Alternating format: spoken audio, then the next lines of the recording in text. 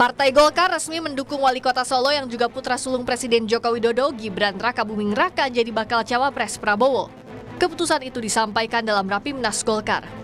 Mengusulkan dan mendukung Mas Gibran Rakabuming Raka untuk kita pasangkan dengan Pak Prabowo sebagai bakal calon Presiden Republik Indonesia. Apakah setuju? Pak Prabowo. Kalau semua setuju, boleh saya langsung ketok? Boleh ketok? Dengan mengucapkan Bismillahirrahmanirrahim, maka saya ketok usulan Partai Golkar yang saya akan serahkan kepada Bapak Prabowo, dan ini untuk dibawa oleh Pak Prabowo dalam pertemuan forum ketua umum partai. Setuju? Alhamdulillah. Sebelum diputuskan sebagai bakal cawapres Prabowo di rapat pimpinan nasional Golkar, Sabtu pagi Gibran menemui Ketua Umum Partai Amanat Nasional Zulkifli Hasan. Pertemuan berlangsung di rumah dinas Zulhas pukul 9:15 waktu Indonesia Barat selama kurang lebih 1 jam. Langkah ini jadi kejutan karena PDI Perjuangan telah menugaskan Gibran Rakabuming Raka untuk menjadi salah satu juru kampanye nasional pasangan Capres Ganjar Pranowo dan Mahfud MD di Pilpres mendatang. Ya, sebenarnya saya banyak mendengar keputusan belum diambil dan kita tunggu saja. Tapi saya juga intens berkomunikasi dengan Mas Gibran. Bahkan belum lama ini seluruh kepala daerah dari PDI Perjuangan yang muda-muda itu ditugaskan sebagai juru kamnas, juga sebagai juru bicara di wilayahnya masing-masing. Saya akan sebutkan ya sebentar. Gibran Rakabuming Raka, Wali Kota Surakarta, 37 tahun. Jadi seluruh kepala-kepala daerah yang muda ini ditugaskan untuk menjadi juru kamnas. Bahkan kemarin, Gibran membantah kalau ia akan bergabung ke Partai Golkar melalui Angkatan Muda Pembaharuan Indonesia atau AMPI. Gibran memastikan tetap berada di Solo di tengah isu bergabung ke Partai Golkar. Mas Golkar, ya nggak gimana-gimana, ya. Mas, kabarnya dia merapat ke Golkar dan masuk ke organisasi AMPI itu, Mas? Enggak. Iya, aku neng kene terus sih loh, Mbak. Orang neng ngendi-ngendi. Nggak benar ya, Mas? Ya tulisan nggak benar, nggih. soal kata Pak Erlangga cocok pakai baju kuning, Pak. Pakai baju warna apa aja cocok saya. Prabowo segera membahas hasil Rapimnas bersama Koalisi Indonesia Maju. Jika disetujui, duet Prabowo-Gibran yang semula masih wacana akhirnya terbukti juga. Tim Liputan, Kompas TV.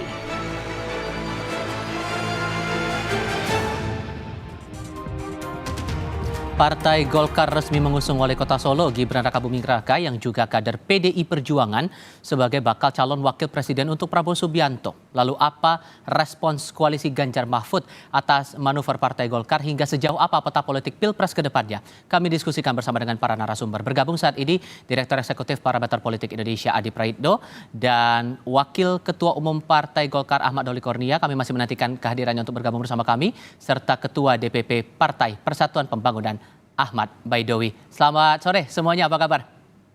Selamat sore. Terima kasih sudah bergabung bersama kami.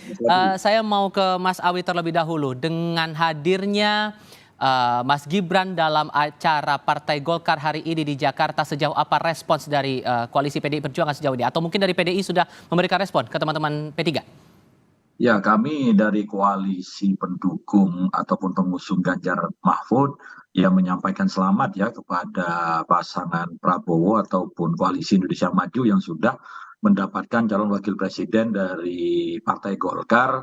Ya, kalau publik menilai ya barokahnya putusan Mahkamah Konstitusi kemarin. Tentu sebagai sebuah fenomena di dalam era demokrasi ya kami menanggapinya biasa-biasa saja karena itu kontestasi yang dimungkinkan oleh konstitusi. Tapi sudah masuk loh nama Gibran ini menjadi bagian dari juru kampanye TPN Ganjar Mahfud. Dengan datang kemari, apakah ini masih dianggap sebagai hal yang biasa menurut Anda, Mas Awi? Nah kan ketika disusun oleh teman-teman PDI mengusulkan kepala daerah yang dari PDI itu kan sudah lama. Kan faktanya memang Mas Gibran adalah wali kota yang diusung oleh PDI Perjuangan. Kalau hari ini ternyata sudah menjadi kader Golkar dan menjadi calon wakil presiden dari pasangan yang lain, ya tentu otomatis akan dicoret dari tim pemenangan.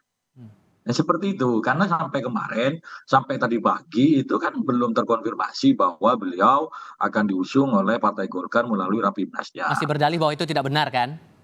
Nah, iyalah, kita kan biarlah itu hak beliau untuk membantah. Tetapi kan kenyataannya hari ini Mas Gibran sudah resmi diusungkan. Tentu kami hormati sebagai sebuah sikap politik partai yang memiliki kedaulatan otonom sebagaimana ketentuan undang-undang partai politik. Tapi kemudian dengan manuver Gibran saat ini, TPN merasa terganggu tidak? Tidak, sama sekali tidak, karena TPN dalam menyusun strategi dan juga menyusun tim pemenangan itu sama sekali tidak terkait dengan faktor apapun, murni kedaulatan partai politik. Sebagaimana diungkapkan oleh Presiden Jokowi bahwa urusan capres-mencapres adalah urusan partai politik. Itu yang kami pegang, sehingga kalaupun ada putusan MK, itu paling konsekuensinya terhadap ketentuan perundang-undangan, tidak berpengaruh terhadap koalisi kami. Saya mau menegaskan lagi, berarti posisinya sekarang nama Gibran Rakabuming Raka itu sudah dicoret sebagai juru kampanye TPN? Ya kalau nanti resmi sebagai calon wakil presidennya dari Pak Prabowo, ya tentu akan dicoret, kan nggak mungkin. Di satu sisi sebagai cawapres, terus di sisi lain sebagai tim pemenangan. Itu sesuatu yang mustahil hidup di dua alam dalam politik itu. Jadi memang kalau beliau nanti menjadi calon wakil presiden, ya otomatis tidak menjadi tim pemenangan di Pak Ganjar. Oke. Mas Adi, sejauh apa Anda menyelami makna manuver dari Gibran ke Partai Golkar ini? Dapat dukungan pula untuk maju bersama Prabowo Subianto? Ya, saya kira banyak hal. Pertama, memang sejak awal terlampau begitu banyak drakor-drakor yang sebenarnya ini hanya sebatas bumbu-bumbu politik. Karena bahwa Gibran yang akan dipilih sebagai pendamping Prabowo ini sudah menjadi konsumsi umum. Dan ini sudah menjadi keyakinan yang cukup lama. Cuman memang seakan-akan semuanya belum pasti. Ada yang kemudian misalnya Pak Erick Thohir, kemudian Pak Yusril, SKCK-nya dikeluarkan ke publik. Ini kan seakan-akan semacam drama yang sebenarnya tak ada artinya. Karena publik memang sejak awal sudah berkeyakinan, hakul yakin, bahwa tak ada yang lain gitu ya yang akan mendampingi Prabowo Subianto, kecuali Mas Gibran Rakabuming Raka. Karena yang dilihat itu terutama ketika ada gugatan ke Mahkamah Konstitusi soal ambang batas syarat pencapresan itu. Apalagi sejak diputuskan, itu publik semakin yakin ketebalan imannya bahwa yang akan dipilih adalah Gibran, bukan yang lain. Itu yang pertama ya. Yang kedua, yang menarik itu per hari ini kan kita melihat pembicaraan di media sosial menarik. Bahwa PG itu bukan hanya Partai Golkar, tapi PG itu adalah partainya Gibran gitu loh Mas. Itu ramai betul. Kan ini yang seakan-akan memang agak sedikit ada kebaruannya, karena dulu seakan-akan Gibran diumumkan itu tanpa partai. Ini sepertinya memang kalau Gibran tanpa partai tentu tidak rada kondusif, misalnya agak kurang nyaman dengan partai politik yang punya jagoan, karena apapun PAN itu kan ingin mengusung Erick Thohir. Kemudian ada AHY dengan Partai Demokrat. Oleh karena itu Golkar sepertinya perlu ingin menjadikan Gibran sebagai bagian penting dari usungan mereka. Meski kita tahu bahwa ketika Gibran diumumkan sebagai pendampingnya Prabowo, ini antara untung dan buntung bagi Golkar itu.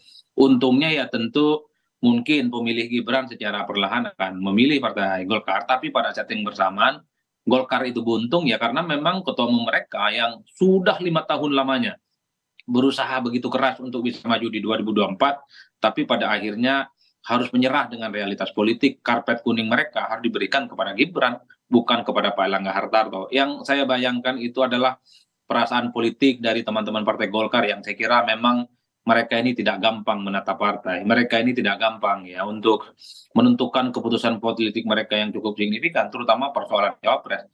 Pak Erlangga itu kurang apa, Pak? Mulai dari PLT sampai jadi ketua umum partai, mimpinya memang bisa maju di 2024. Tiba-tiba harus mengusung kader gitu ya, partai lain yang seumur jagung menjadi bagian dari mereka. Tentu ini yang saya sebut dengan satu kebuntungan dalam politik bagi Partai Golkar. Tapi ya sudahlah, ini realitas politik sudah ada. Gibran sudah sangat mungkin akan ditetapkan sebagai pendamping Prabowo Subianto.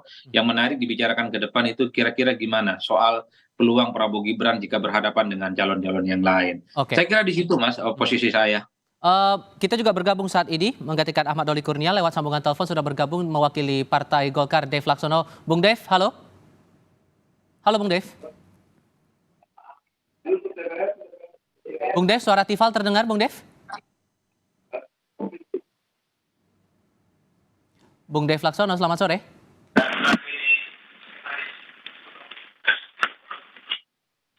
Kami coba perbaiki komunikasi kami dengan Ketua DPP Partai Golkar, Dev Laksono. Sambil kami memperbaiki komunikasi, saya coba ke Mas Adi kembali. Soal ini, Anda menyebut bahwa ada untung dan buntung. Berarti dengan elektabilitas dari Gibran yang dibandingkan dengan nama Erick Thohir yang dalam koalisi KIM, terutama Partai Amanat Nasional ini, masih diupayakan begitu, lebih kena kebuntungnya daripada untungnya menurut Anda? Kalau bicara tentang elektabilitas, iya, saya belum nemu angka-angka statistik yang secara signifikan kira-kira di mana letak kekuatan politik Gibran, baik secara basis massa ataupun basis teritori. Kalau yang lain kan kelihatan, misalnya Mahfud MD kuat di Jawa Timur dan kalangan Nahdliyin, bahkan versi survei Kompas, Mahfud itu kan keluar kuat di non-Jawa. Begitupun dengan Anies misalnya, punya kekuatan politik di basis-basis tertentu, misalnya di Sumbar, di Jakarta, dan Banten, dan seterusnya, dan seterusnya. Nah, kalau saya membaca memang sampai saat ini belum terlihat di mana letak kekuatan politik Mas Gibran ya, karena memang secara popularitas dan elektabilitas di survei memang kalah mentereng dibandingkan dengan yang lain. Satu-satunya yang bisa diraba kekuatan politik dari Mas Gibran itu adalah tuah politik yang akan diwariskan oleh Pak Jokowi gitu ya, bahwa ada keyakinan, ada dugaan bahwa Pak Jokowi yang approval ratingnya tinggi itu akan otomatis akan memberikan faedah elektoral kepada Mas Gibran. Tapi itu tinggal diuji. Oke. Kita coba cek kembali komunikasi kami dengan Ketua DPP Partai Golkar, Dev Laksono. Bung Dev, selamat sore. Selamat sore, bagaimana kabarnya? Sehat semua? Kabar baik, sehat selalu untuk Anda juga. Dan merespons dari pertemuan kali ini, agenda Golkar hari ini mengusung nama Gibran sebagai bakal cawapres untuk Prabowo Subianto, membatalkan hasil keputusan partai yang semula mengusung nama Ketua Umum Erlangga Hartarto sebagai bakal capres atau bakal cawapres. Apa hal esensialnya, Bang? Ya, ada banyak hal yang menjadi pertimbangan kita dan kita melihat sebagai berbagai macam aspek ya. Pertama kan kita melihat adalah elektabilitas, karena kan yang kita kejar adalah kemenangannya. Nah, itu satu. Terus dua, juga kita melihat dari kesambungan dan kesamaan visi misi, dan juga kita melihat potensi-potensi yang menjadi kebutuhan dan juga kondisi di lapangan. Maka itulah kita memutuskan untuk mencalonkan pasangan Pak Prabowo dan Mas Gibran untuk di Pilpres yang akan datang nanti. Tapi apakah ini hal mendasarnya karena dari keputusan MK kemarin? Keputusan MK kemarin itu adalah proses hukum yang dimana hasil undang-undang itu diuji berdasarkan konstitusi dan dilakukan proses pertimbangan yang cukup panjang. Jadi itu bukan satu pertimbangan, tapi itu hanya adalah sebuah landasan ataupun alasan untuk mengizinkan siapapun itu untuk bisa maju selama memiliki pengalaman memimpin pemerintahan di level daerah. Sehingga statusnya sekarang Gibran ini sudah jadi kader Golkar atau akan jadi kader Golkar atau gimana? Kalau mengenai itu masih nanti biar Pak Erlangga nanti yang akan menyampaikan langsung. Saya hanya bisa menyampaikan bahwa hasil putusan Rapimnas tadi sudah selesai dan sudah diserahkan dan sudah diterima. Gitu.